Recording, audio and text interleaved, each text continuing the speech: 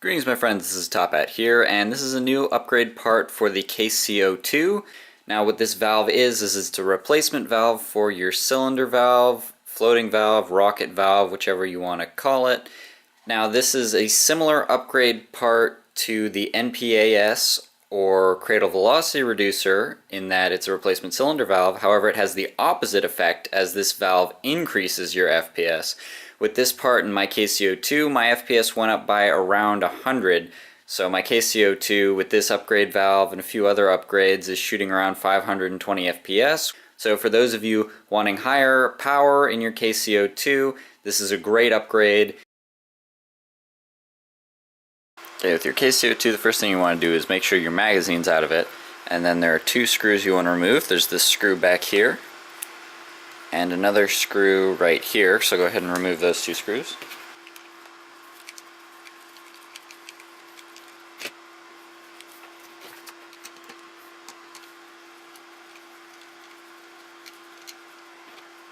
And next you're going to want to take your fire selector here and set it to where it's not really on full or safe and where it's in the middle. And then KC-02's body should just slide right out of its stock like so. While taking the upper receiver out of the stock here, take note of these three pins. They always want to try and fall out. Just be sure to not lose them. So the next thing you're going to want to do is push out these two pins.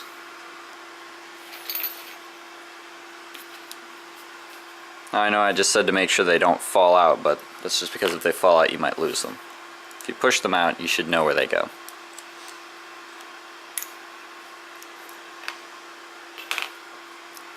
And once you remove those two pins, the trigger assembly should separate like so.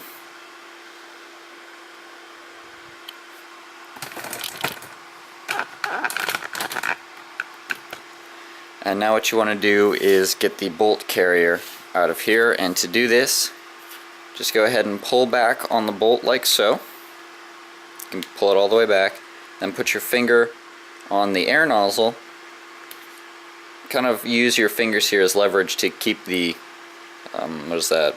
bolt handle pushed down. Now put your finger on the tip of the air nozzle and just lift up, and it should pop out.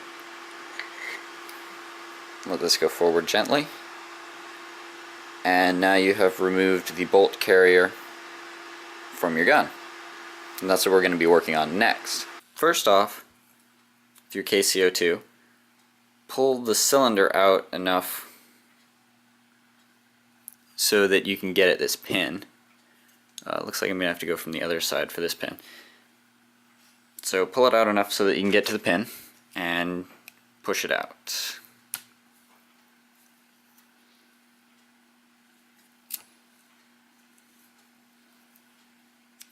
And when you push out that pin, you'll notice that the spring, or this piston head here, can come out easily now. Now what that pin was doing is the pin went through the edges of your cylinder and through that spring there, so the spring was holding it in. But now you'll notice that, there's normally this pin is in here, like, through this tube there. I don't understand why my camera can't focus on what I want it to, but there will be a pin, a hollow pin here in your bolt. You're just going to want to take like an Allen key and a hammer or something and just drive this pin out. It will take some force, but now take a pair of variable width pliers. I have these special ones that are Robo Grip by Craftsman. They kind of adjust on their own to whatever size you're doing. And how there's the opening up here in the bolt, you're going to want to pinch down on the piston, the bottom of it, and the top. Now make sure you're only pinched down on the piston and not the bolt at all. Let me move my camera so you can get a better view of this next scene. Okay, now this next bit might seem a little brutal, but it's really the best way to get this done. Now find a cutting board or something that you can slam this bolt against. Take your pliers here and grip down firmly on the piston. Make sure it's only on the piston and not on anything else. And just take it and hammer down like that and just keep doing that. Now make sure you go straight down and probably try and get the force of impacting the cutting board on these two areas here. If you're careful, if you hit it straight down, you're not going to bend or deform anything. If you hit it like that, you might break something, but... And that is how you get your piston out of your bolt carrier. One thing I forgot to mention is there's a small pin that goes in the back of the piston here. This pin tends to want to fall out. Do not lose it. Now this is a destroyed cylinder spring, but I can use this as an example. What this pin here does is the cylinder spring goes in your piston, and you should be able to see the end there. So this pin goes through the piston and through one of the holes at the end of the cylinder spring, and it holds your cylinder spring in the piston. So this pin is very important. If you lose this pin, do not lose this pin. Really try not to lose this pin, because if you do and you try to replace it with like a nail or something that's too small, that's a pathway right into your piston and cylinder and all that, so the gas can easily leak out there. If you do lose it, the pin, and you have to replace it with a nail or something, you can either order a replacement pin from KJW themselves, or you can use a bit of gasket maker here to seal the distance between the walls of the edge of the pin and your makeshift pin. But I'd actually recommend gasket making the stock pin in there just to get a better seal. Go ahead and take your piston and get the stock valve out of it. So there's going to be a spring. It may or may not come out with your valve, but it's definitely going to be in your piston somewhere.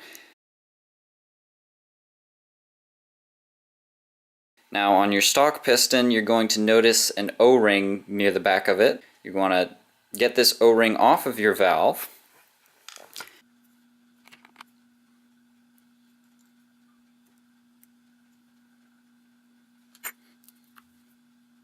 And you're going to want to transfer the O-ring onto your rocket valve. That's what this little groove is here for.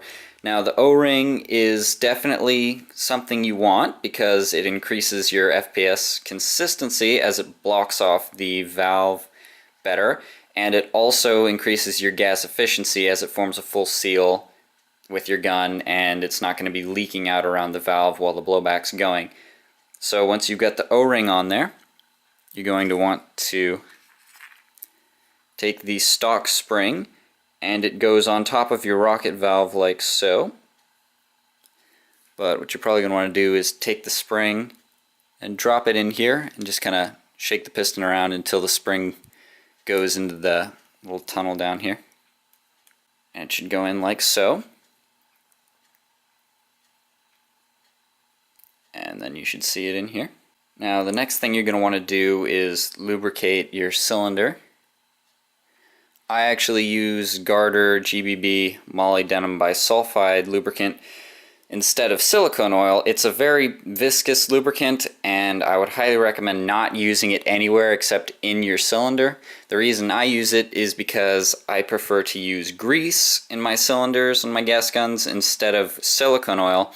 Because I run dry propane through my gas guns, the reason I do that is because then it keeps silicone oil as far away from the hop-up as possible, which gets me better accuracy.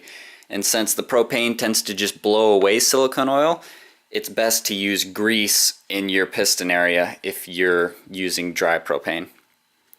Now I've got a TSC O-ring piston in here. This is a great mod for increasing FPS consistency and gas efficiency because it just forms a much better seal than your stock piston's going to. But if you do get the TSC, be sure to get a number 8 Danco O-ring. Do not use the O-ring that comes with the TSC piston because it's just garbage.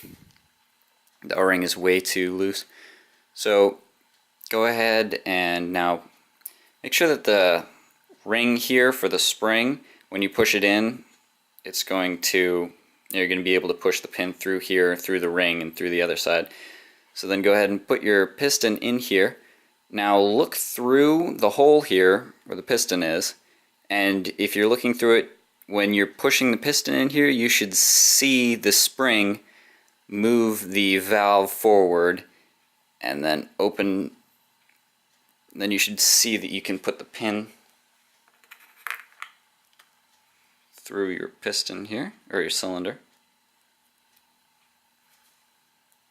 And then look in here, maybe get a toothpick or something if you need, and just get the piston spring, or the cylinder spring, sorry, to go through that pin. Push the pin through, and there you have it. And that's how you install this cylinder valve. Next thing to do is to just reassemble your piston the way it goes. I want to make sure that since I use molybdenum bisulfite, I want to make sure that there's not any on the sides of the piston here. Cylinder, sorry, try and call it the right thing. Because, like I said, it's very thick and can cause your blowback to be very slow, so you only want to use the thick grease in the piston itself, or in the cylinder itself, and just use a light silicone oil on everything else.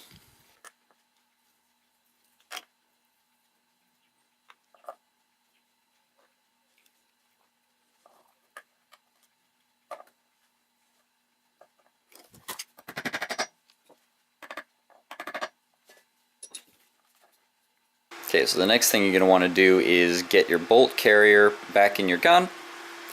Now make sure that the inside area in here, the spring, the charging handle, and the bolt carrier itself is lubricated with a nice light coating of light silicone oil.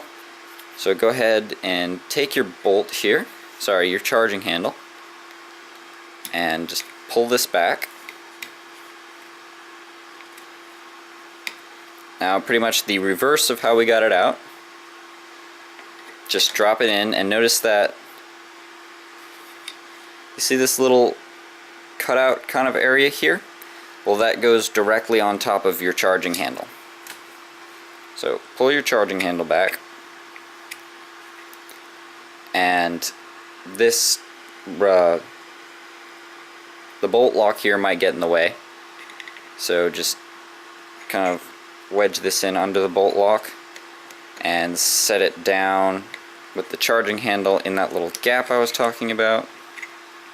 Make sure your charging handle's pulled back far enough, and push it down, and it should go forward like so. Next, take your trigger assembly, maybe lubricate it a bit while you've got it out, and this should just set right down. Now push these pins back in the two holes here.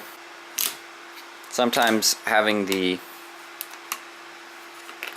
hammer locked back like so can make it easier to get the pins in.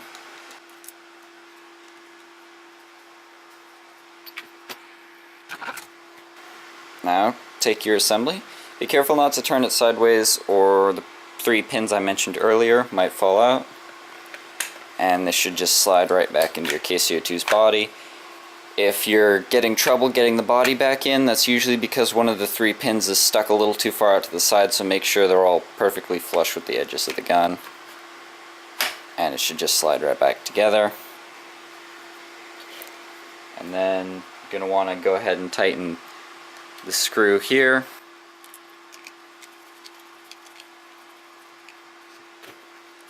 And the other screw here.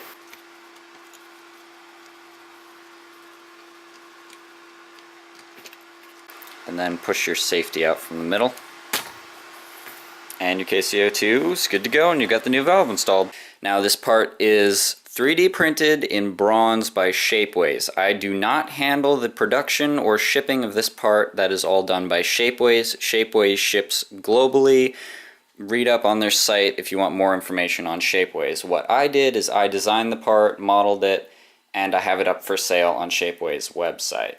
It will take Shapeways some time to print out and ship your order, since these parts are printed and created to order, but Shapeways should give you an ETA on shipping and all that when you will place your order. And thanks for watching. If you're looking for more FPS for your KC-02, this is definitely a must-have upgrade part. If you're running a stock KC-02, I'd assume this valve would get you in the ballpark of 500. Like I said, my gun is upgraded. I've got a tight bore. I've got my VSR hop-up chamber with a VSR bucking. It's a lot better sealed than the stock buckings. And I've got a Tokyo Marui increased PX4 hammer spring, and I've got high flow modified magazine valves. I believe that's all the FPS affecting mods I have, but I could be forgetting something. And my KC-02 gets around 520 FPS with 0.2s. So if you're using stock, you should get high 400s or around 500. I can't really say for sure because there are far too many factors that can affect your FPS, even like the temperature where you live. So take care.